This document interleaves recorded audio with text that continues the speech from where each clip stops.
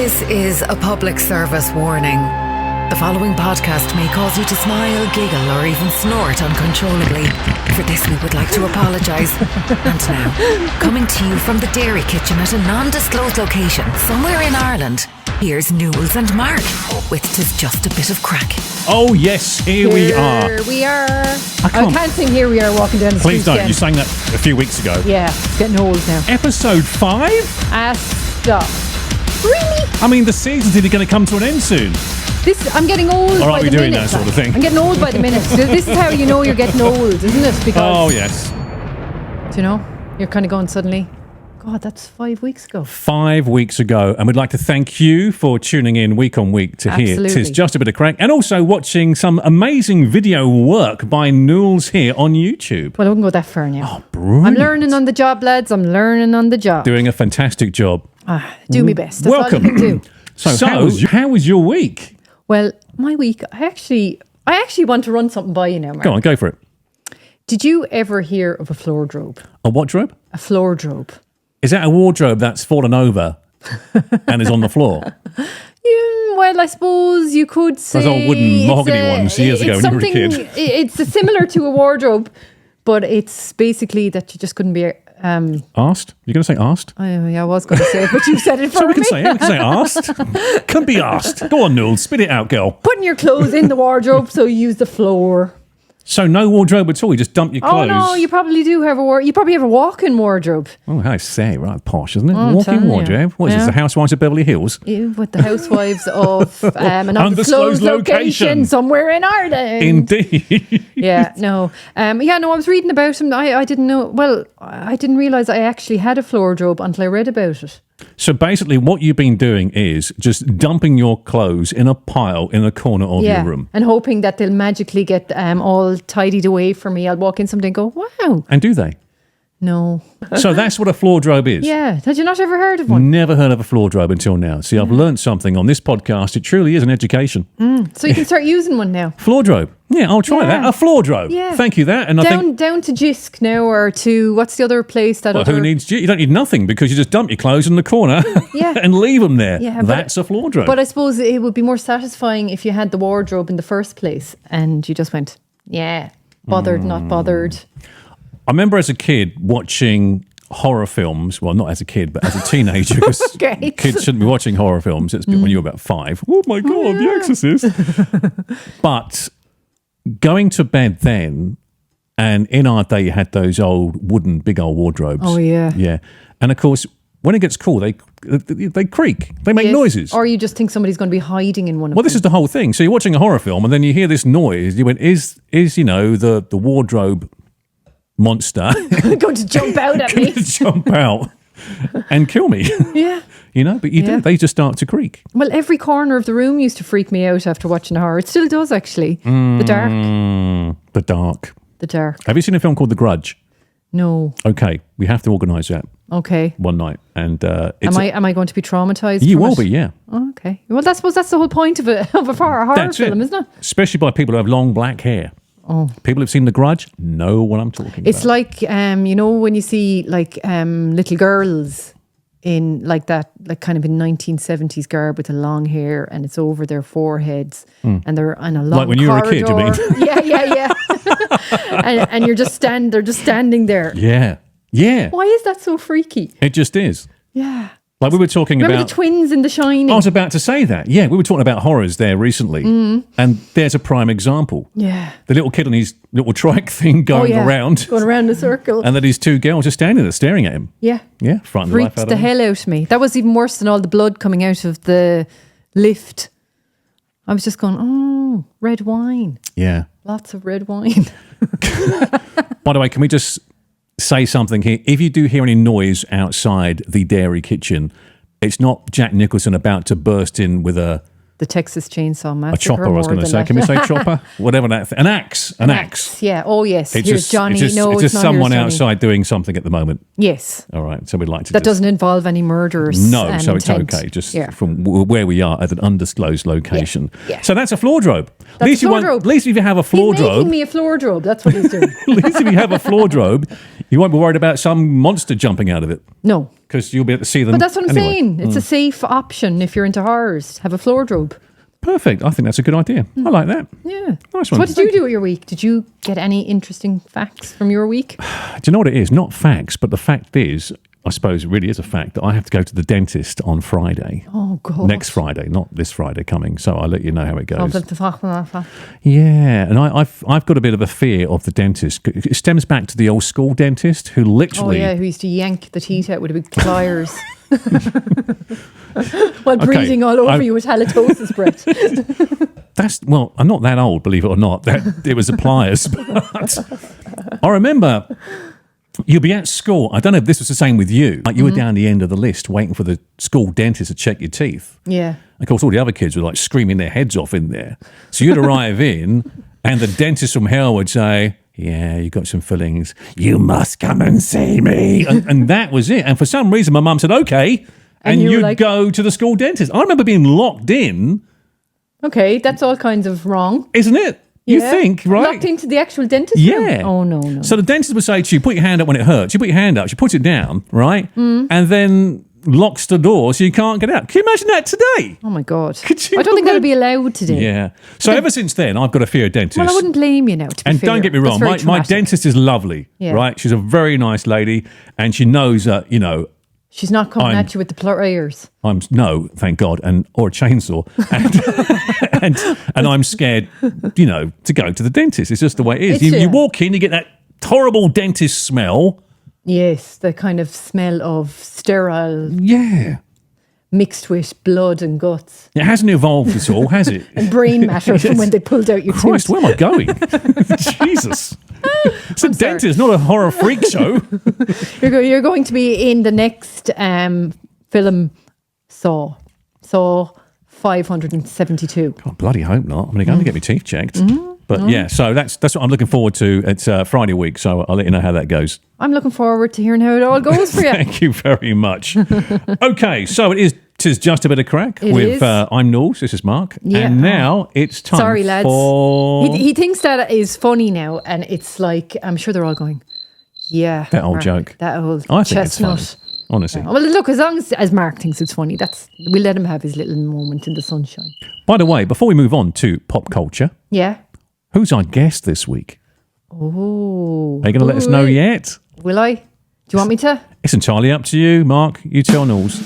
It's Kamal. Kamal Ibrahim. Yeah. Kamal does the lottery on the telly. He does. So does he give us the numbers so we can win some And money? he used to be on the 6 o'clock show. He was on the 6 o'clock show on Virgin Media, when he's the not presenter. jetting around the world. And he's a pilot as well. This guy, Yeah. we need to get some free tickets. Yeah. Okay. We need to get on the 6 o'clock show to promote our podcast. We do. Which would be fantastic.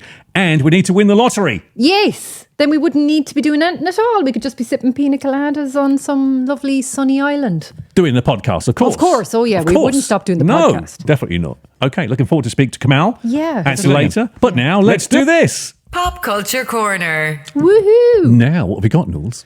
Well, today, Mark, we're going back to the 1860s. Wow.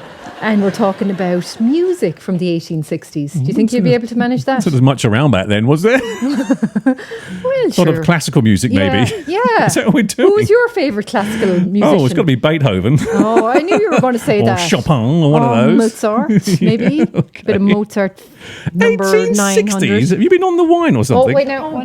When our director is here. What was that, Nels? Oh, I had the wrong century. It's the 1960s. 1960s. Sorry. And we're doing 1960s music. Ooh. I remember when we were talking to Trisha there a few weeks ago and we were talking about the 60s and she agreed with me that the 1960s music, it was a great decade for music. Of course, Heartbeat set in the 1960s, Yeah. the TV show she was in. Yeah, absolutely. All And right, so great who music are in we it. talking about then? Well, sure God, where would we even begin to start? Well, if we're talking about the 60s, I have to start with my favourite band from the 60s. The Beatles. And they're here. If you're watching on YouTube, you next can to Craic see there. I have my box set of all the albums of the Beatles. That every album they ever made is inside in that box. Every single one. Every single one. Yeah. Did you have a favourite Beatle? Did I have a favourite? Oh, sure. I suppose. I could put a really cheesy joke in here, but I won't do it for the sake of this podcast. Please don't. I've had enough of your innuendos now, Mark, to last me a lifetime. It wasn't an And we're only innuendo on at all. I episode was only talking about a Beatle. That was all. Anyway, go on. Well, it has to be John Lennon, doesn't it? John, yeah. I did like George Harrison as well. There was something kind of like, he had this kind of, I don't know, he was just always quiet, but you could see that he was a very intelligent guy behind it all. For younger people listening to this podcast or watching on YouTube, they were the Westlife of their day. Or Westlife even. We don't even know the bands nowadays. Are there actually bands? Is it all synthetic music now? Weren't they? And I mean, they had such an influence, the Beatles, not Westlife, by the way. Well, definitely on hairstyles anyway. Yeah, and other bands. Look at Oasis. Oh, yeah. Yeah, we were only saying that. We were, weren't we? Yeah, we were. Yeah, the John Lennon look. But yeah, they kind of started the whole, I don't know. Do you know how long they were formed? How long they lasted? No. You're not really a fan of it, are you?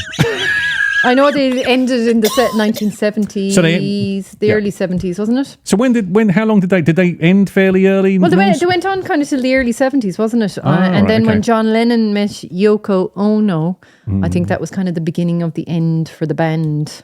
Okay. And then we know what happened to John.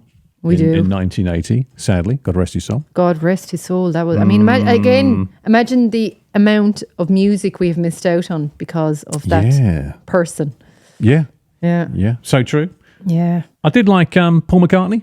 Well, Paul now, come on. Paul is great. I mean, sure, he's still going. He's still going. I mean, he's what? He must be well in his 80s now, is he? Well in his 80s. Yeah. Without a shadow of a doubt. And I used to love his wife's food, Linda McCartney. Linda McCartney, She was a trailblazer. She was, wasn't she? Started all the vegetarian food. Certainly did. Yeah, she did. Yeah, no, I mean, the Beatles. Have you a favourite Beatles song?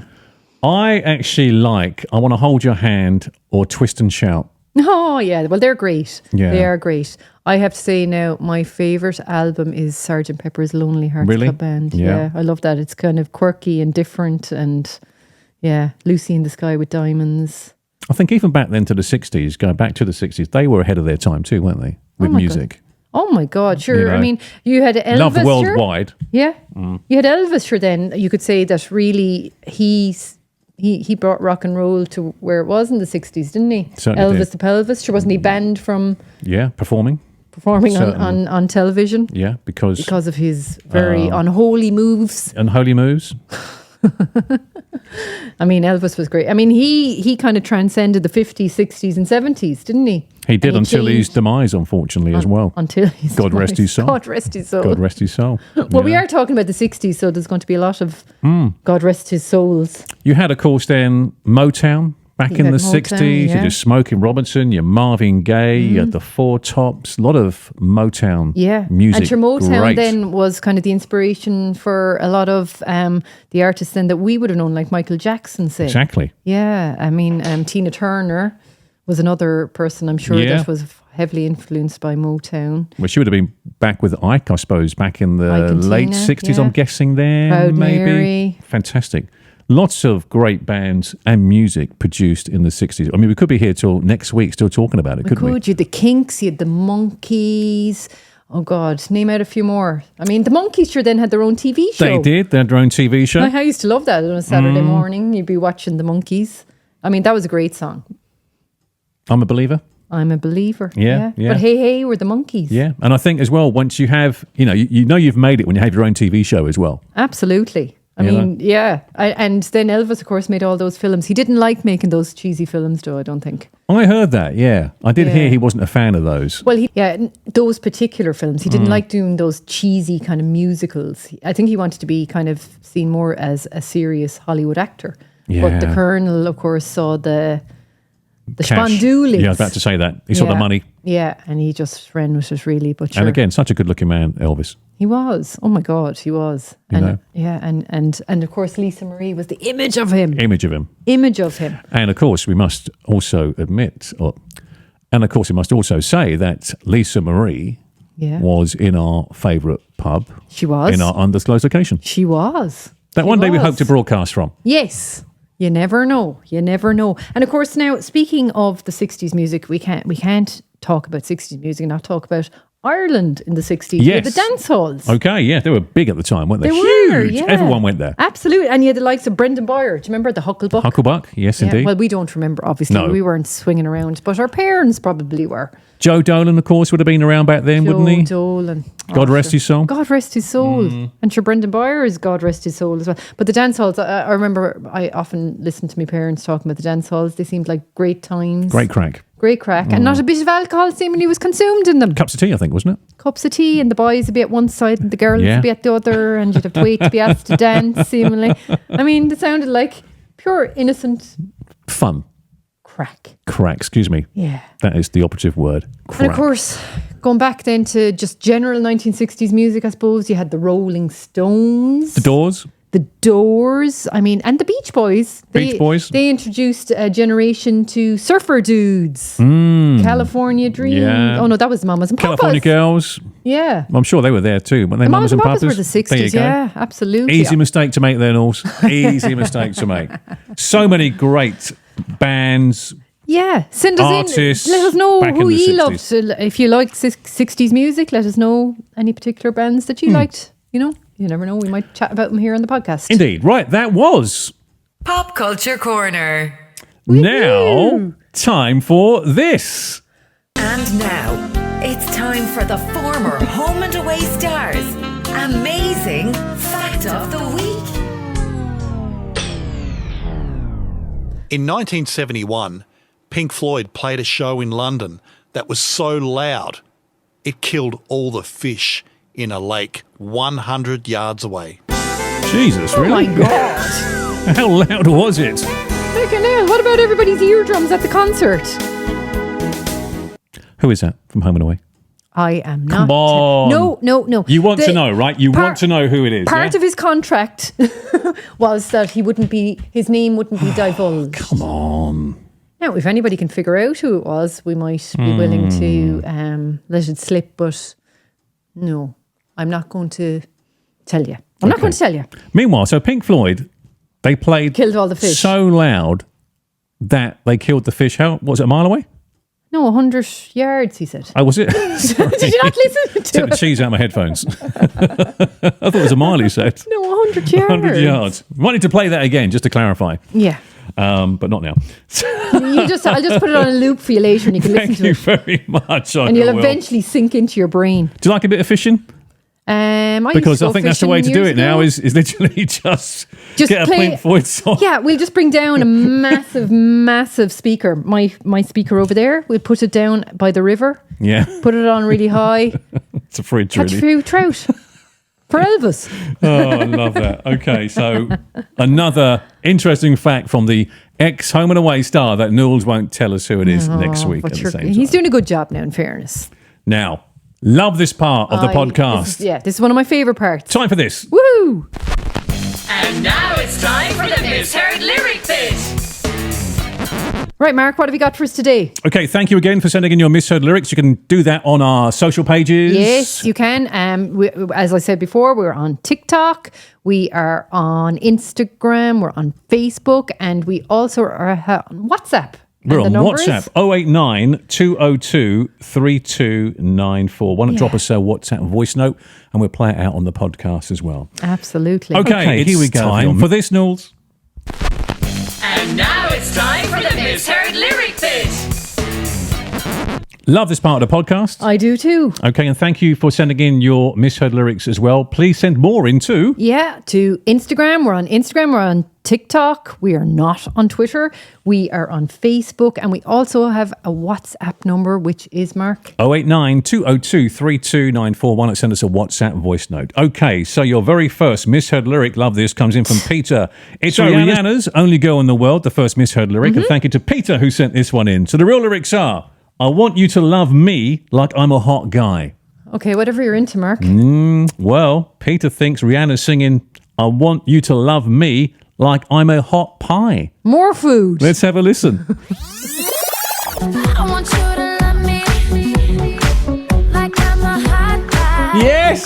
She's Hot pie. definitely saying hot pie, Peter. You're Hot bang pie. on there. Okay, second misheard lyric comes in from Michelle. It's Westlife, When You're Looking Like That. So, I love this song. the real lyrics are, She's 5'10" in a catsuit and Bambi eyes. No, Michelle thinks Westlife are singing. She's 5'10" in a catsuit and bandy eyes. Bandy eyes. Bandy eyes. Okay, let's give it a whirl. She's a 5'10" and catsuit and bandy eyes. Bandy eyes. Bandy eyes. There was definitely a D in there. So there was definitely a D in there. Final Misheard lyric comes in from Lisa. Lisa, thank you so much for this one. Lady Gaga, Poker Face. Great song. Oh, I love Lady Love Gaga. Lady Gaga. Yeah. Do indeed. So the real lyrics are... Go on. Can't read my, no, can't read my poker face. Yeah. Straightforward. Yeah. Lisa thinks Lady Gaga singing, carry blind, no, he can't read my poker face. Okay. Carry blind. Carry blind.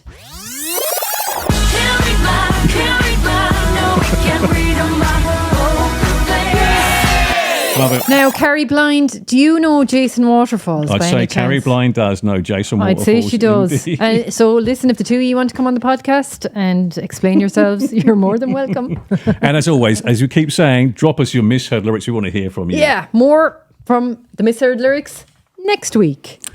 Misheard Lyric Bit. So, Kamal Ibrahim coming up in a few moments' time. Yes. He's our guest this week, of course. Star of the lottery on the telly. He was on the 6 o'clock show presenting that as well. Yeah. And he's also an airline pilot. I know, he's had an amazing career, hasn't he? He's done so much stuff. And looking forward to speaking to him later I on. am really looking forward. In fact, in a few moments' time, I just have to get this survey out the way because a survey has revealed the things that make us impatient. Okay, is this going to be a headbutting moment again, Mark? I hope not, Okay, because you can really headbutt. I can. Number one thing, and maybe you can relate to this at home, at work, or in the car right now, listening to this podcast or watching on our YouTube channel. Mm-hmm. Hopefully you're not watching on the YouTube channel while in the car. No, that's a slap on the wrists. Or with the crack stick. Thank you. Ooh, wow. Oh, that was a strong Oh, one. it really was, wasn't it? Let's see, I was thinking of the head button there. Big hard baldy head. At number one, being put on hold. Oh my God. Do you know what? I'm actually, yeah. Seriously? But you never get to talk to an actual person anymore. That's so- gone now. Yeah. That well and truly has gone. Oh. And the bad music they play as well. What's that all about? And then you're on for about 10 minutes and you're going to be any minute now. And then the call gets actually accidentally dropped. Yeah, or they answer and they go, oh, no, you want the other department. I'll put you through. And you're like, no. And like that, it gets dropped. Yeah. Oh, yeah. that's People who stand too close to you in the queue. in getting into your personal space. I've had that with people breathing down the back of your neck. You think, what is that? What is going on? Well, you have it in the shower when you come out of the pool. Yeah, indeed. Yeah. I do. Thank you for reminding us of that, Nules, from a couple of weeks ago. People who cannot keep time and are always late. Oh, yeah. I'm sure we all know people like that. Yeah. Don't look at me. Don't look at me. I'm always on time. You're thinking of yourself, aren't you? You're thinking of yourself. Yep. I'm on my way. Sitting in traffic. Now, depending on where you are in the country. If you're in the country area, behind your track, that's not too bad. Or maybe a load of sheep. Yeah. Yeah. Would that be considered traffic? Sheep? I'd say it would be. Yeah. You know, but in the cities, understand that. Yeah. Slow walkers. You know what gets me? When you go to a supermarket and you get, the way the aisles are quite narrow, aren't they? Yeah. And you get the person who has no intention of buying something, They're just strolling around. going in for a stroll around the A supermarket. big trolley. No, nothing at all. Oh, They're just right, seeing okay. what's on the shelves and they kind of dither. They go from left and you're trying to get by and you can't. And go, The slow walkers. Are they the people that get out of the micros? They are the people, yes, that we were talking about a few weeks ago as well. Okay, well, look, we'll be nice to them because we do help them get stuff off the top shelf. Waiting for an online delivery. Oh, as opposed to it coming a day early. Yes, which we love. Yeah, so it's a whole other emotion. Do you know what annoys me as well? It's when they tell you, or if you might have someone to check the gas boiler or something or whatever, and they'll give you a time between, say, 9 a.m. to 5 p.m. So you have to wait in the whole day. I had this once with I the think gas. you've no life. I had this once with the gas guy come to service a boiler. It was between, I think, 10 and 5. He turned up at 5 to 5. Oh, So for I was God's waiting all sake. day. Like, you serious? I don't understand in this day and age, in the age of mobile phones, why they can't just throw you an old text and say, look, we'll be on at 2 or we'll be, they kind of know what way their day is panning out and if they're going to make it or not make it to you. Here's another one for you. Go on. waiting for your luggage to arrive at the airport. Now, look, we're in holiday season now, right? It's summertime. People are going You're away. actually waiting for it to arrive at the you're at the airport and you're waiting for it to on arrive that at the carousel airport. thing? Oh, yeah. I thought you meant that it was on another plane or No, something. but that's a bad thing as well. That whole carousel thing. I know a few years ago, my bag was the last one off. I honestly thought it had gone. Now, I suppose looking at on the plus side, we were home at that stage. I know, but then when Worse- you're home, all you want to do is get home. Yeah. But then you're thinking, will the bag arrive? I'd rather it not arrive when I'm home than not arrive when I'm going, Absolutely. you know? So that's another thing is waiting. And Patsy from Ab Fab didn't come around in the carousel, did she? I was With a about to bottle say- of, champagne I and a was glass. about to say offer you a that. glass of champagne. isn't that while something you're you'd love to waiting? do? Wouldn't you just? Would you just love to do that? If you were coming in to surprise somebody, like just arrive around the carousel. Also making the list is thinking of a gift for somebody. There's those people that you just can't buy for. Yeah, they have everything. They're the lucky people, aren't they? Will you stop? People you can't buy for. Oh my God, yeah. It's got down here, ordering food at a restaurant. Is it? Why would that be annoying? Why is that? And I don't get that one now, to be quite honest. I don't mind that. No, but you have to order to get it. Exactly. So then Doesn't make sense. Why would... Unless you're waiting, of course, for ages. Oh, Or they maybe bring out that's your what they meal mean. separately and that sort of thing. Is that what they mean? Maybe that you're waiting for your order. I think that's what it is, you know? Or it could be like a few weeks ago when you said that you get the wrong order. Yeah. Maybe that's so. Yeah, all those things would be irritating. Well, there you go. There are some of the things that make us impatient. That was interesting, I like yeah. that, especially the slow walkers. That'll be us one day, you know. Well, will you see? We might be taking the mick now, but we will be like that ourselves someday. Hope you enjoy And we'll it. take the mick out of ourselves then. Of course we will. Absolutely. We'll play back the podcast. Yeah, just play it on repeat. Yeah, Go, remember us talking about this? yeah. We'll be like, oh, I want to be back there again. Oh, Okay, it's time for this. I can't wait. 'Tis just a bit of crack. The interview. Kamal Ibrahim, model, TV presenter, airline pilot. Is there anything you haven't done? Welcome to 'Tis Just a Bit of Crack. Hi, Kamal. Hey guys, thank you very much. Thank you very much. And yeah, still getting very cringed up when I hear all the introductions like that. Wow. I bet you love it. I never knew this. You started modelling at 19 to fund flying lessons. Is that true? Yeah. Well, it was so it's basically I was 18 years old. I went to America to get my private pilot's license back then when it was very affordable, and got my private pilot's license, came home and had the dreams of either going into the military or going commercial. Realized how expensive it was. Had no money and was like, okay, I need to make some money. So at the time I was working in recruitment, I was working in security and retail, and then I took up modelling with Celia Home and Lee in Limerick as just as a tester to see what happened. I remember I was getting paid like €80 or €100 a gig, and it was just something to help subsidize living at the time. And that's kind of how it started. Fair play to you, Kamal. And you ended up then, through your modelling career, becoming Mr. Ireland in 2009 and then Mr. World in 2010. How did that make you feel? Yeah. Well, look, I think, it's interesting because when I look back, I'm 38 now, and so this is 20 years ago. You're pretty only much. young. Oh, you're getting on, mate. You're getting on. I feel like it, man. I'm kind of going through the stages, and 40's coming up, and I'm like, oh God, But when I look back, you're asking there about how it feels.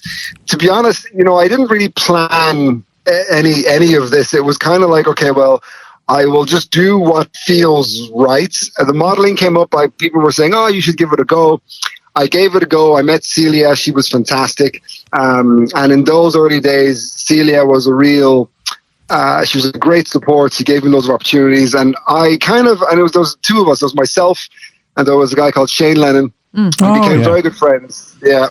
We became very good friends. We're still friends till today. And we were kind of her two main guys. And we were doing all the shows and the wedding fairs and all of those junkets and things like that. And yeah, over about a period of 2 or 3 years, I kind of became known in Limerick as Celia's model. And then I was asked in 2007 to take part in Mr. Ireland. And at that time, I had recently I started modeling in 2005. Got asked to do Mr. Ireland in 2007. I asked, first of all, when I heard about it, I was like, well, what's Mr. Ireland all about? And they said, oh, well, you win €1,000, you get a modeling contract, and, it's basically a modeling thing. And I actually said no. I turned it down. I said, I'm already doing some modeling. I didn't see any kind of point in it at the time. And I turned it down. And 2 years later, in 2009, I was asked again. And this time they said, oh, Kamal, you know what? Yeah, Mr. Ireland is coming up again. Would you be interested? And again, I said, no, I think I'm good. However, for God's sake, Kamal. this time around, so the guy who went into 2007 when I said no was Shane. And Shane actually won Mr. Limerick at the time. And then that's how he got involved in modelling, and that's how we ended up becoming friends. And then he said to me, listen, we've been modelling for a few years. Why don't we just go into Mr. Ireland together for some fun? Why not? So I said, okay. So Shane convinced me to do it. I ended up winning Mr. Ireland. I came first. Shane came second, which was that was some night out, I'd say. Yeah, and then that kicked everything off. So that it was July 2009, and that for me is when that was my first experience of my name was in the papers. I was doing radios, and I think Mark, that might have been around the time I started. I might have first met you in around that time, 2009, 2010, and people got to really kind of know who I was. And immediately beyond that was, oh, Kamal, congratulations to Mr. Ireland. And by sheer, it's hard work, but there's also an element of luck, because as it happened, the following year in 2010, Mr. World is not run every year. And for the majority of the last, I don't know how many, 10 years, they haven't had huge sponsorship. However, the year that I did it, they had massive sponsorship, and it was on in Seoul in South Korea. A massive media organization in South Korea took it on as the main sponsor. They had a massive live 2-hour live show that went out across I don't know how many territories around the world. Wow. And it was huge publicity. And of course, my goal at that time was, I want to make it to the top 10 or the top 15 that there were, I want to get to that final pool of contestants so I can say that I left a mark. And I remember when I was called up in the top 15, it happened very quickly. It went from, the top 15 guys, and then they called me out. Then it went from the top 15 to the top 5, and I was still there. And then they were calling out third place, second place, and then the winner. And it wasn't until my name was called out as the winner that I realized I'd gone from the top 15 to number 1. And it was a moment, I'll never forget it. It was like winning a gold medal at the Olympics. And it's specifically that because I really felt like I was representing Ireland. Now, it's a very kind of corny thing to be representing your country on. I mean, it's modelling, but it's not just modelling. We were public speaking. We were doing some charity work. It's an ambassadorial role. So I felt like I was being an ambassador for Ireland. Yeah, there's a lot as somebody who doesn't. Exactly, and as someone who doesn't look typically Irish, who doesn't sound I sound Irish. You're a good-looking man, though, Kamal. Very good-looking fella. Yeah. Well, I came home I remember landing in Shannon after I won to photographers, and it was a bizarre, fantastic experience that I think really shaped what was to become the next. The last 15 years of my life has been shaped because of that experience. I've traveled the world. I've met some amazing people. I've had amazing opportunities. A lot of knockbacks, but those things have kind of educated me in so many ways. And look, here I am, what is it now, 14 years later, and I still am reaping those rewards. And it's been a fantastic experience, but I've managed to come full circle now. This all started off with me trying to save some money to becoming a pilot, and here I am now. I'm back in the cockpit. So I'm finally in the cockpit. So, flying commercial airlines as well. So airliners as well, Kamal. Yeah. So it's one of the things that I've done a little bit of over the last few years. Is I've tried to do a little bit of public speaking, mainly to young adults and school students, and talk a lot about goal setting and chasing your dreams and that those kind of talks, and how my career has evolved into itself. And it started off with me doing a bit of modeling, then taking advantage of the opportunities and doing the competitions. And then when I won the competitions, I came home and straight away I wanted to get into television. So I got training. I moved to London. I did some more work there, moved to Australia, did some more work there, came back, started doing the National Lottery, and built up a portfolio of me on television. So I was no longer the model. I was not a TV presenter. And then I moved from on camera to behind the camera because I set up a production company and I was doing a lot of filming myself and directing. And for the last 8 years, I've had this company as well. And I've been saving up and saving up and saving up. And it was when COVID hit that I finally had a pause because everything stopped because of COVID. And the initial 2 weeks, as I'm sure, I don't know about you guys, but I was in my room, the first lockdown. I was like, okay, nobody can go anywhere. It was the full on, like, world is ending kind of feeling. We were all terrified. So what did I do? I bought a PlayStation. As you do. Put it into my bedroom. Yeah, as you do. Bought like a bunch of games. Said I'm gonna sit here and wait it out. I'm gonna just order pizza, play PlayStation, and just like wait until I'm told I can go out. Exactly. Now that lasted for about 48 hours because I found myself just going, no, I can't sit here and do nothing. But immediately the first thing that came back to me was that original idea, oh man, I want to go back flying again. And throughout, from when COVID started, I started making some calls. I found an airfield in Navan.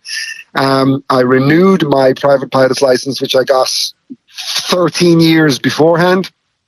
And it just kind of continued. It went from doing the private flying to doing the commercial flying and the exams, which, my gosh, I mean, there's a photograph of me just finishing my exams, and I just look like I've been drained. 2 years of studying, but I passed everything, and I made my way into the commercial field. I'm now flying commercially for a company called Emerald Airlines. We're on the Aer Lingus network, so we fly the Aer Lingus branded aircraft.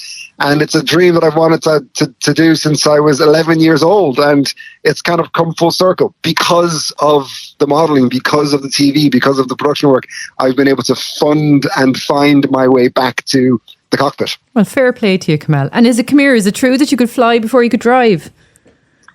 Yeah, I had my learner, what was it called there? The provisional? Initial license. The provisional license. Yeah. So I had my provisional license, went to America, got my pilot's license, came back, and then got my full driver's license.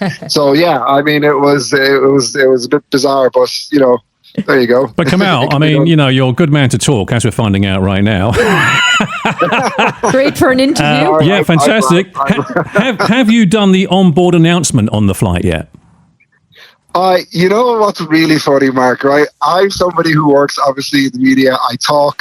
But when the first time came, there's two initial terrifying moments that you have as a first officer flying any aircraft in any airline. The first one is the first time that you get your clearance from ATC. And the reason why that's so nerve-wracking is because they talk very fast. They use acronyms. Everything in the pilot world is all acronyms. And they'll say something like, okay, Gemstone 98 Lima, you're clear on the Bolton 1 November departure squawk 3276 on the... Jesus Christ. They throw all these things at you, and you're so nervous, you have to do a read back, and you have to get everything they say exactly as they say it. You have to read it back correctly, and it has to be right, because everything is all about the detail. And that's the first terrifying thing you have to do, because everybody can hear you on the radio.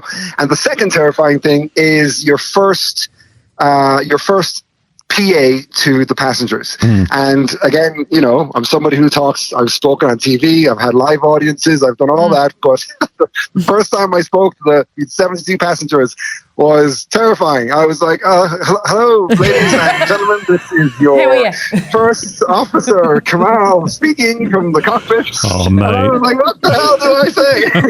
I swear I can fly this plane. Exactly. That might not have doubt. To be honest, probably best you weren't on that flight. It wouldn't have filled you with the most amount of confidence. The gin would have been flowing down my neck. The captain came on shortly after, though, just to kind of help reassure everybody everything was good. But no, but I did that, and since then, yes, it's a joy now. Now it rolls off the tongue like anything else. So no, it's great. Have you used the emergency plane slide yet? And is that fun? I mean, now in practice, not with the plane I being in have. serial difficulty. No, I haven't used that yet, thankfully. I don't plan on doing that anytime soon. Although I have plenty of practice. That's what I mean. Yeah. No, that's separately. I've jumped out of quite a few airplanes, but not any of the ones that I was currently flying at the time. So that's okay. Yeah. And come here, by any chance, would Top Gun be your favourite film?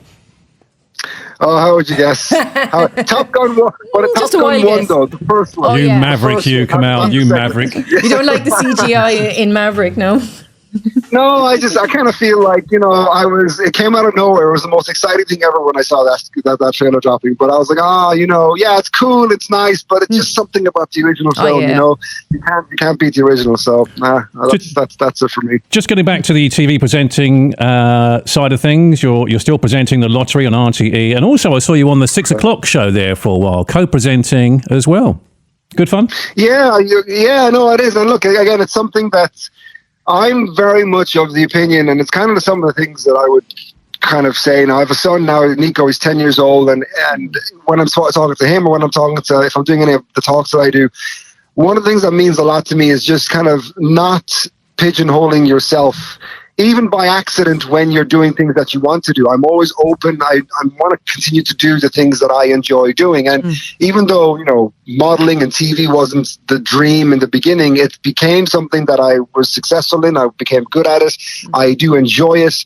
And I don't want to open one door and necessarily close all the other ones behind me. I want to try and keep everything open. So it's difficult. But the opportunity came up to host the 6 o'clock show 2 years ago. And I think it was at the time one of the presenters, Ray, was leaving.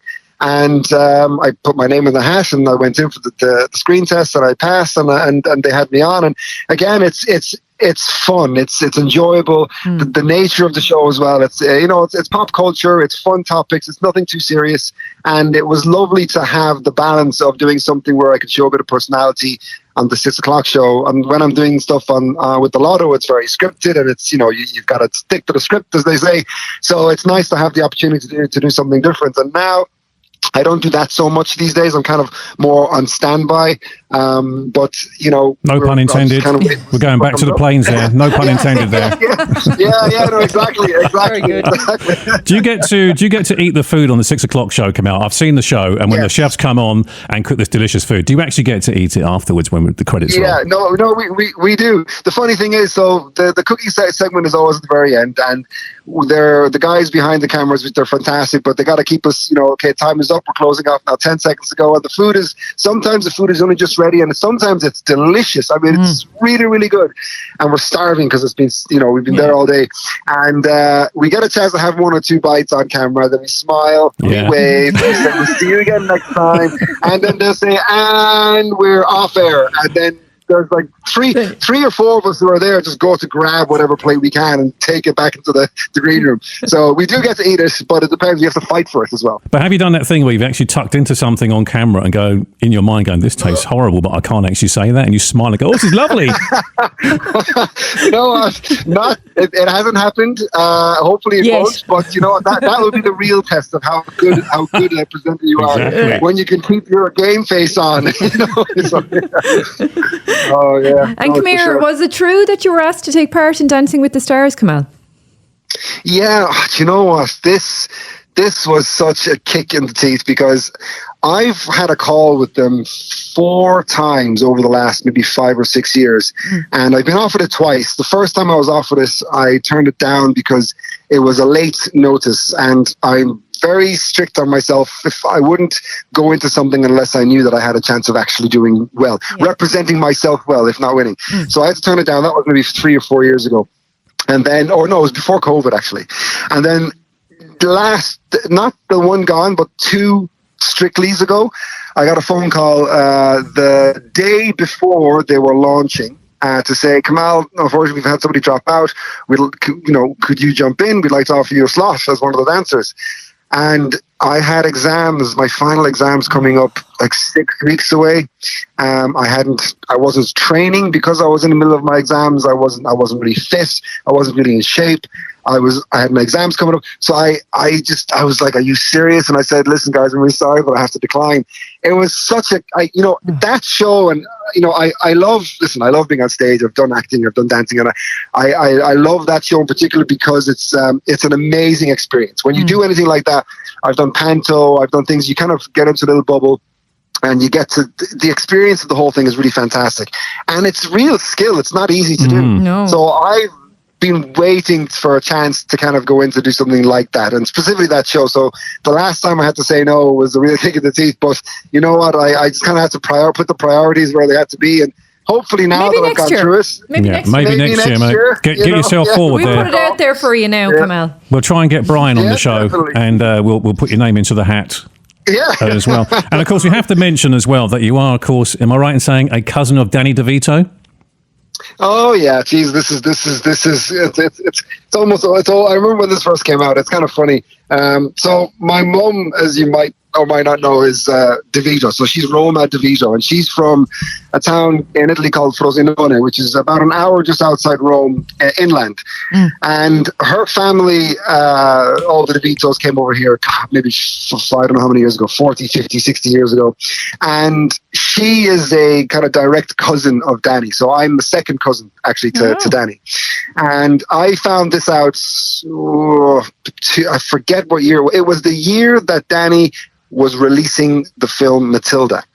He flew to Dublin and he was on the Late Late Show promoting the film. And while he was on the show, he said, and I happen to have some family in Ireland. And my godmother and my uncle in Kilkee got in touch with him, said, hey, yeah, we're the family you were talking about. Come down and visit. So when Danny finished his interview on the Late Late Show, he got on his private jet. He flew down to Shannon Airport. And all of us were there. I was 11 years old at the time. We were all there in Shannon Airport to meet him. And it was funny. I was 11 and I was like taller than definitely a good foot higher than him. Yeah. But he was great. He had a security team with him and they were all really nice to let us all come up, and we were chatting to him and he was just saying, he came up to me and he was signing autographs and taking photographs and all that stuff, and he was like, no, make sure you stay in school. The typical celebrity thing to say, stay in school and you'll do well. But he was great. And actually since then he's come to Kilkee, I think twice. He's had dinner with our cousins in Kilkee. He's invited us over the years to LA where he lives. I know my aunt has gone over to see him. I haven't had the opportunity to go over to visit him in LA, but Kamal, you have to do that. Still happen. I know. I've been busy doing the whole Mr. World thing. I was trying to, I'm sure he's very proud of you. so yeah, no, it's true. Yeah, he's a family connection. We've met and all that. I wish we had a more familiar connection. It's been a while since we've been in touch, but I'm planning on going to America next year, so hopefully look him up. Absolutely, look him up. I mean, he's a legend. I mean, in fairness. Oh, definitely. There's going to be a Twins 3. I'm going to see if I can get in on that somehow. No, I'd put you forward to the next James Bond, mate. I think you should be the next 007. Yeah. Oh no, I don't know about that, Scott. I don't know about that. No, that's Mr. World is one thing. 007, that's a whole other thing. Maybe 003 and a half.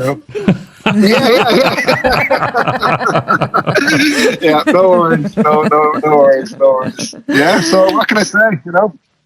Well, listen, mate, do you know what? It's been an absolute pleasure having you on. 'Tis just a bit of crack. And we wish you every success in the future. Absolutely. And we were looking out for your dulcet tones one day when we're flying a plane going somewhere. And we go, we know that voice coming over the tannoy. It's our friend Kamal Ibrahim. Oh, yeah. Thank you so much for joining us on 'Tis Just a Bit of Crack. Thank you. It's a pleasure, guys. Thank you so much for having me. 'Tis just a bit of crack with Nules and Mark. Lovely guy, Kamal. Oh, he's lovely, isn't he? What did you think of him, director? Director, happy with that? Yeah. Oh, yeah. Get the paws up. That means it's good. Got the okay from the director. Thank you, director. Kamal was lovely now, and he's having a very interesting life. And I have to say, I wouldn't mind flying with him someday. Me neither. And hopefully we may he'd stay between the lines. Be able to sort that out one day, hopefully as well. Well, not on that two-seater. On a commercial airline, maybe. Exactly, yes. With copious amounts of alcohol. Are we allowed to do that? Well, not if we're flying the plane. Obviously, Kamal wouldn't be having the copious amounts of alcohol. No, certainly wouldn't. But we would. If Well, we're sure. in the... You know, we might have Exactly. partake in one or two, but so that I really enjoyed that. Fair play to him. And that is another episode of 'Tis Just a Bit of Craic. Is it though? It's Does it time. I'm have waiting for to? Fiona to speak. Well, Fiona, I kicked Where her is out. Fiona? I kicked her out. Come on, Fee. I kicked her out. Let's hear Oh, you. Jesus. Okay. Will ye ever shut up? Now. I thought I'd locked the doors. No. Fiona. Come on, Fiona. No, Yes. no. It's time. No. It's time. Shh, be quiet, Fiona. It's time. Will someone start the end of the podcast music, please? That is it. Right, that's it. I'm getting a hit out in her. That's just it. Thank you so much for listening. We'll see you next week, guys. care. Bye-bye. Bye. That's all, folks.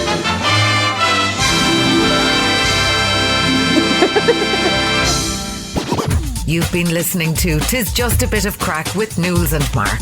Produced by West 10 Audio and Inish Tree Productions. Unfortunately, they will be back next week.